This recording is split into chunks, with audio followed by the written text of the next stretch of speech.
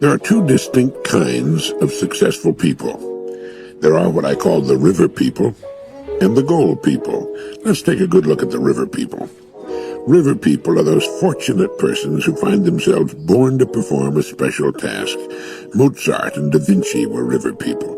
There are thousands of river people living today, millions. They're the people who know from childhood what they want to do with their lives.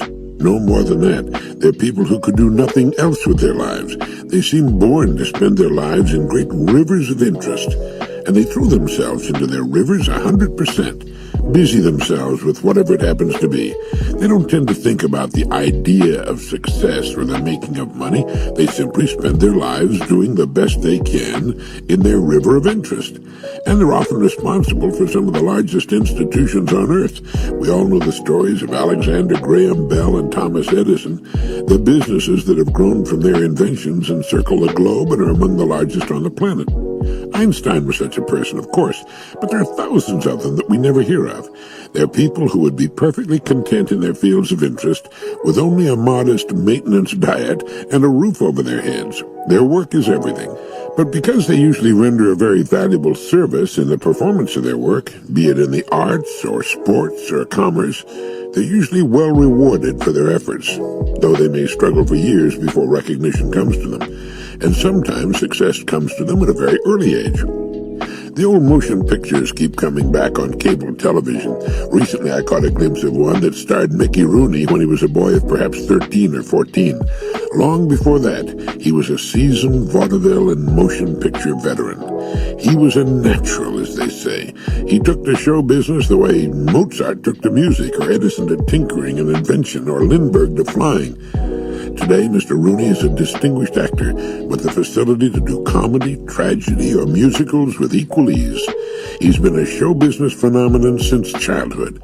Success is something Mr. Rooney didn't have to worry about. He has a river of interest that has entertained millions and will go on entertaining millions for many years to come. George Eastman was another with a great river of interest that found expression in the Kodak camera industry.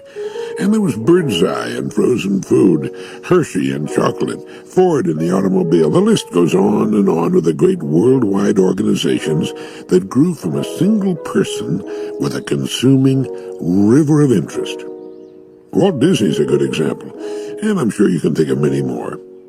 They're the river people.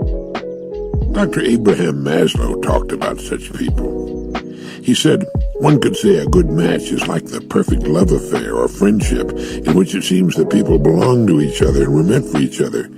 In the best instances, the person and his job fit together and belong together perfectly, like a key in a lock, or perhaps resonate together, like a sung note which sets into sympathetic resonance a particular string in the piano keyboard. And Maslow said, I found it most useful for myself to differentiate between the realm of being, the B realm, and the realm of deficiencies, or D realm, that is, between the eternal and the practical. Simply as a matter of the strategy and tactics of living well and fully, and of choosing one's life instead of having it determined for us, this is a help. It's so easy to forget ultimates in the rush and hurry of daily life, especially for young people. So often we're merely responders, so to speak, simply reacting to stimuli, to rewards and punishments, to emergencies, to pains and fears, to demands of other people, to superficialities. It takes a specific, conscious effort, at least at first, to turn one's attention to intrinsic things and values, perhaps seeking actual physical aloneness, perhaps exposing oneself to great music, to good people, to natural beauty, and so forth. Only after practice do these strategies become easy and automatic, so that one can be living in the B realm, as Dr. Maslow called it. I believe that each of us, because of the way our genetic heritage is stacked, has an area of great interest. And it's that area that we should explore with the patience and assiduity of a paleontologist in an important dig, for it's a region of great potential. Somewhere within it we can find that avenue of interest that so perfectly matches our natural abilities we'll be able to make our greatest contribution and spend our lives in work we love. If we can find our river of interest, we need only throw ourselves into it, fully committed, and there spend our days learning and growing and finding new emerging fields of interest within its boundaries. If we cannot, then it's incumbent upon us to find our greatest aptitudes and employ them in whatever field offers us the greatest challenge and opportunity. Then we need only set goals to reach. Many will ask, well, why set goals at all? Why not just take things as they come and do your best with what you have with which to work? A goal gives the picture to the subconscious.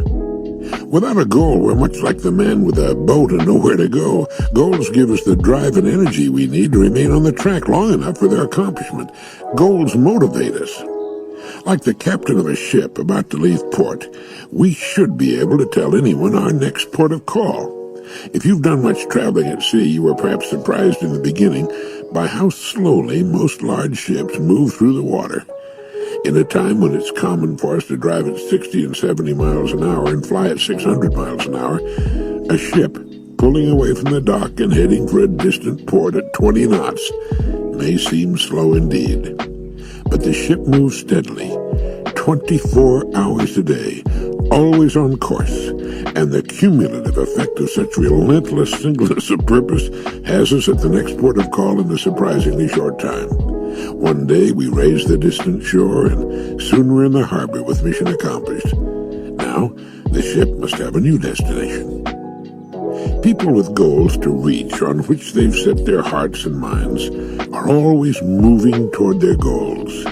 Even while we sleep, our deep minds are apparently working on the project. That's why we often awake early in the morning with a solution to a problem that offered resistance to our progress clearly in mind. We think about our goal as we have our morning coffee and breakfast while we're in the shower.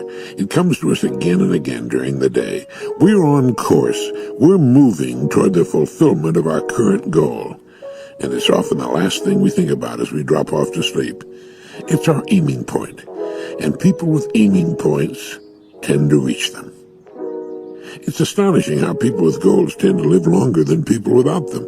It's as though they can extend their lives simply because they still have something to do. It's the interest that seems to lend vitality and energy to their lives. And when they do come to the end of their lives, they're caught up in full stride, fully alive, and still moving toward a new, interesting port of call. An old ship has visited successfully thousands of ports of call. There have been storms and breakdowns, delays when they've had to anchor offshore for a while. But the life of the ship has been one of one success after another. That's the way goal-oriented people spend their lives. Each goal, successfully reached, finds them better equipped and with more experience to set the next one. So goals for such people tend to ascend in stair-like fashion, each one a bit more demanding and fulfilling than the one before. In a few years, they find themselves accomplishing with surprising ease goals that would have been impossible when they began their hegira into the future. Yes, as old Cervantes wrote, the journey is better than the end. The journey toward the meaningful goals of our lives lead us into new areas of interest and the most surprising kinds of synchronicity. Quite often, if we read a story with the kind of coincidences that are often a natural part of a goal-oriented person's active life, we'd put it down while muttering impossible. But astonishing as it may seem, that kind of synchronicity becomes an active part of the goal-oriented person's life. The right people seem to show up at just the right time. Situations suddenly change, opening yawning chasms of opportunity where before there were none. At a meeting, we find ourselves being introduced to the exact person we most need at that particular stage of our journey. A minor accident, which we may at first see as a setback, turns out to be a blessing in disguise. For the people working toward goals, it sometimes seems as though the smiling face of good fortune has joined us on our quest. And we should learn to be alert for such serendipitous occurrences. They're part of being on the journey rather than resting at the end. We should not try to force such happenings. We must learn, as the Taoist reminds us, not to push the river, whether we're actually river people or not. We need to go with the flow. The right things will happen at the right time, without forcing, without impatience, if we keep steadily on course, our goal clearly in mind. And we'll find ourselves with our goal realized one fine day, just as we'll raise the coastline of the port toward which our ship is churning, or our sailboat sailing. There it is, and we shield our eyes and stand at the rail and imagine we can smell the land and hear the sounds of the busy harbor. Soon we're tied up at the pier, our latest journey is success.